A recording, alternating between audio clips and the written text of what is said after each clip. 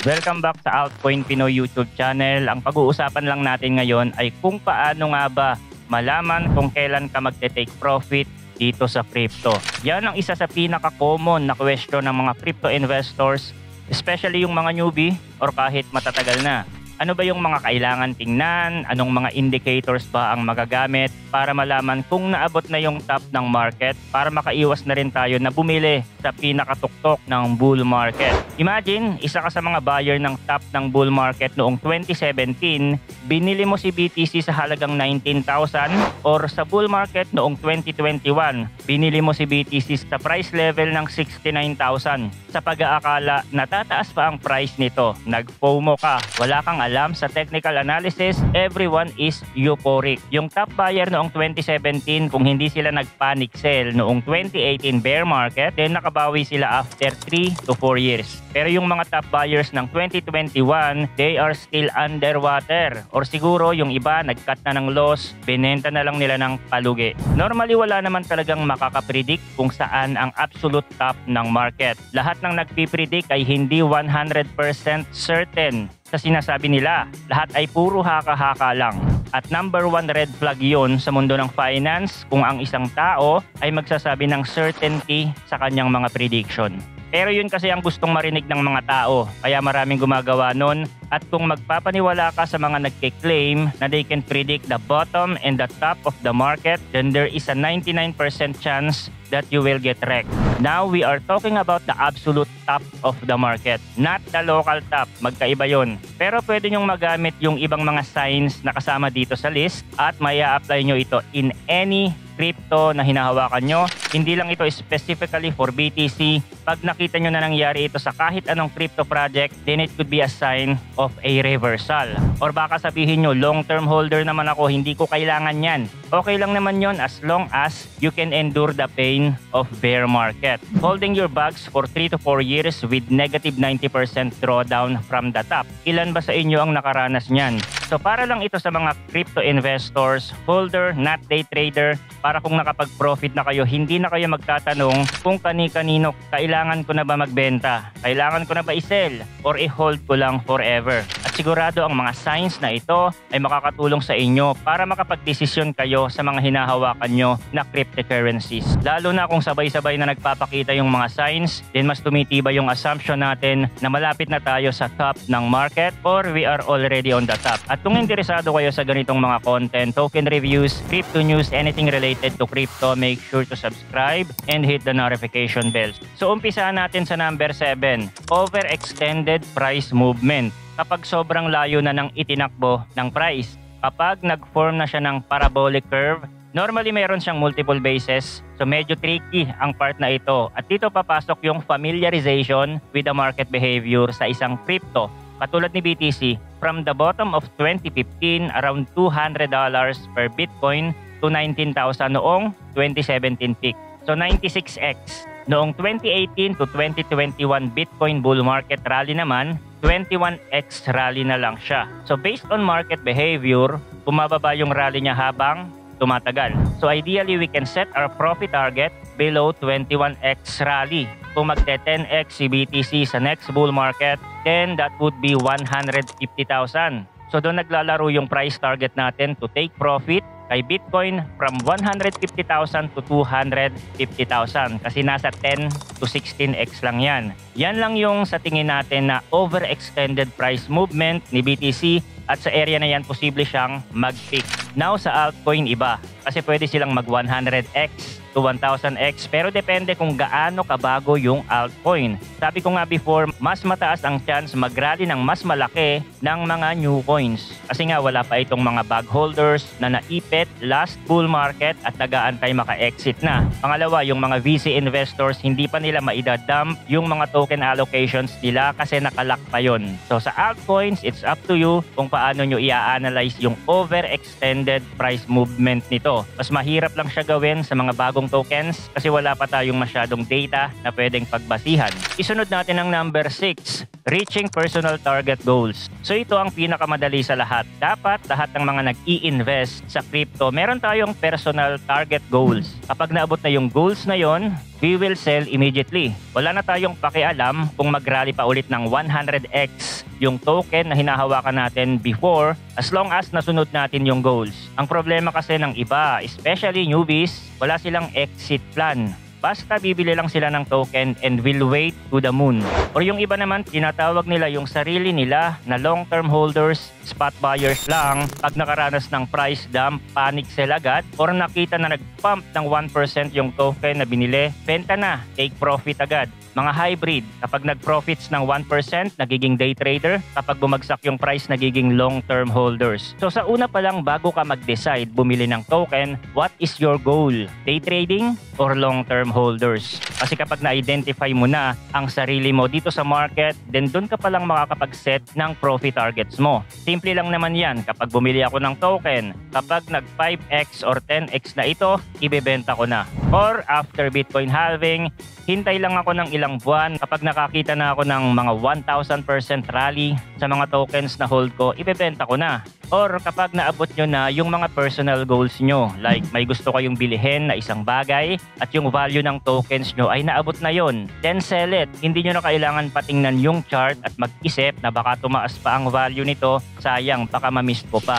Pwede naman talagang mag-rally pa yung mga tokens mo, pero pwede din maging zero yan. So it's case-to-case basis. Isunod natin ang divergence between price and network activity. So kapag sinabi natin na divergence sa financial market, merong pagkakaiba sa dalawang indicators. Magkasalungat yung galaw nila. For example, yung price ng asset tumataas, pero yung network activity bumababa. Magkaiba yung direksyon ng galaw. Masasabi kasi natin na healthy ang galaw ng token kapag tumataas yung price, tumataas din dapat yung network activity. Kasi may dahilan kung bakit siya tumataas. Legit yung demand sa project. Sa crypto, ang mga network activity makikita natin sa mga on-chain data like yung transaction volume, active wallets, dumadami yung creation ng new wallet. Ibig sabihin maraming mga bagong new user ang nag-hold ng token. Tumataas din sigurado dyan yung network fees, hash rate para sa mga proof of work coins katulad ni BTC, yung mga staking metrics para sa mga proof of stake consensus network, dumadami yung mga nag-i-stake ng tokens. Pero kapag tumataas ang price at walang network activity, hindi tumataas, walang masyadong nagaganap on-chain, so ibig sabihin may divergence sa price movement and network activity. Then probably you should consider taking profits already kasi baka yung price pump na nangyayari sa token na hold mo ay artificially created lang ng mga market maker or certain individual. And eventually, sooner or later, babagsak na yung price niya. Isunod natin ang high market cap relative to use case. So ito naman parang divergence din ito. Yung sobrang taas na ng market cap ng isang project, pero yung use case niya is halos wala. Medyo tricky din siya kasi merong mga crypto na mataas ang market cap pero walang use case. Good example is yung mga meme coin na matataas ang market cap pero walang masyadong use case kasi nakapag-build na sila ng solid community and narrative. Pero sa ibang mga project na walang masyadong use case, mas mataas yung chance na hindi nila masustain yung price rally. Kasi more on speculation lang yon at kapag umexit na yung mga unang nakabili, then yung mga last buyer ang magsasuffer. Kaya sa una pa lang, bago pa tayo maglagay sa isang project, na analyze na agad natin ang isang project kung meron ba itong sustainability factor na kahit ilang taon na ang lumipas ay buhay pa din ang project. Sabi ko nga, hindi lahat ng cryptocurrencies ay pare-parehas. Meron dyan for speculation lang talaga. At kung alam natin yung halaga ng isang project, ang kanyang use case ay akma ba sa kanyang market cap valuation, then makakapag-desisyon tayo agad if it's time already to sell the token.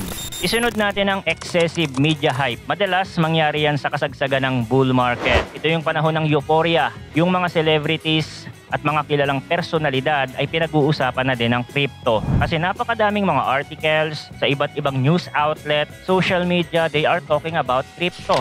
Kung paano sila naging milyonaryo sa meme coin na binili nila. Everyone is into crypto. Pati yung kapitbahay mo na walang alam sa crypto, naging crypto expert na. Remember noong 2021 bull market, yung mga celebrities nagpilihan ng mga pagkakamahal na NFTs. Sumikat ang Axie dito sa Pilipinas. Maraming naengganyo pumasok sa Axie Infinity kahit hindi nila ito nauunawaan. Napakadaming mga play to earn na lumabas, mga testimony na kumita sila ng milyon sa paglalaro lang ng games. That's a good example of euphoric phase. Everyone is greedy. Napakadaming mga crypto project ang nagsisilabasan at yung mga tao sige lang sa pag-i-invest. And that's a good sign na malapit na mag-top ang market. At maging careful ka na sa pagbili and start selling your bags. Isunod natin ang technical analysis top signal. So maraming technical indicators tayong pwedeng tingnan para malaman natin na malapit na mag-reverse ang market. Bawat traders may kanya-kanya silang combination of metric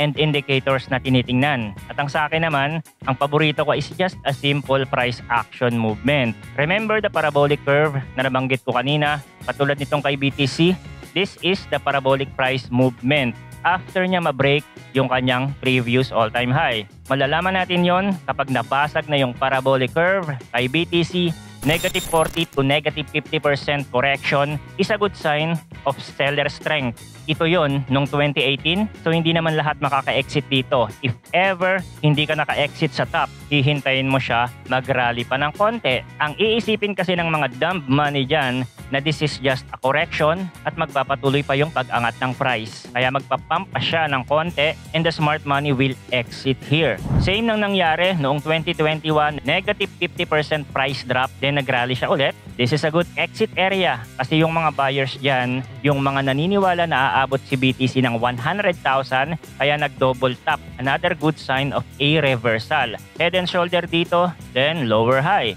Just a few example of technical analysis in price action. Pero maraming mga indicators na pwede nyong gamitin. So kung may token kayo na nag-pump ng ganito, binasag yung previous all-time high, nagkaroon ng parabolic price movement, then pag nabasag na yung parabolic curve, pwede mo nang i-consider to get out of the market. Kasi sign na yon na magre-reverse na siya. At ang panghuli natin na sign ay yung market sentiment shift. So ito naman magagamit nyo din ito to identify the local top of the market. So kapag sinabi natin na local top ng market, dito pwedeng mangyari yung retracement. And after that, pwedeng mag-continue ulit sa pagtaas ang price. At kapag sinabi naman natin na absolute top, ito na yung pinaka-peak ng bull market. Katulad ng example natin kanina kay BTC. Dito kasi sa crypto, mabilis magbago yung sentiment. Ito yung sentiment ng mga investors sa pag-i-invest sa crypto. Natatakot pa sila or nagiging greedy. Kasi ang mga emosyon na yan ang pangunahing dahilan kung bakit bumibili at nagbebenta ng crypto ang isang investors. At kung ma-identify natin yung market sentiment shift, then makakapag-desisyon tayo ng maayos. Like from being greedy, napalitan ng fear. Kaya importante na we have to pay attention sa mga significant news and events sa market na pwedeng magdulot ng market sentiment shift like regulatory news, interest rate, network upgrades, mga bagay na makaka-impluwensya sa sentiment ng mga investors. At magre-reflect naman sa price action yan. Makikita natin siya sa chart. Biglang magkakaroon ng mahabang red candle and tingnan natin kung ano yung rason. And if ever malaman natin na may bad news na sumusuporta sa pagbagsak ng price at nahihirapan itong makarecover, then it's a sign na we should exit or we have to take profit. So yun lang yung mga signs na pwede nyong pagbasihan. Marami pang iba na hindi ko na isama dito, pero let me know in the comment section kung meron pa kayong ibang mga sign na naiisip para masabi na nag-peak na ang price ng isang token. Okay? So yun lang ang video natin for today. Thanks for watching again. Good luck and see you on the next video.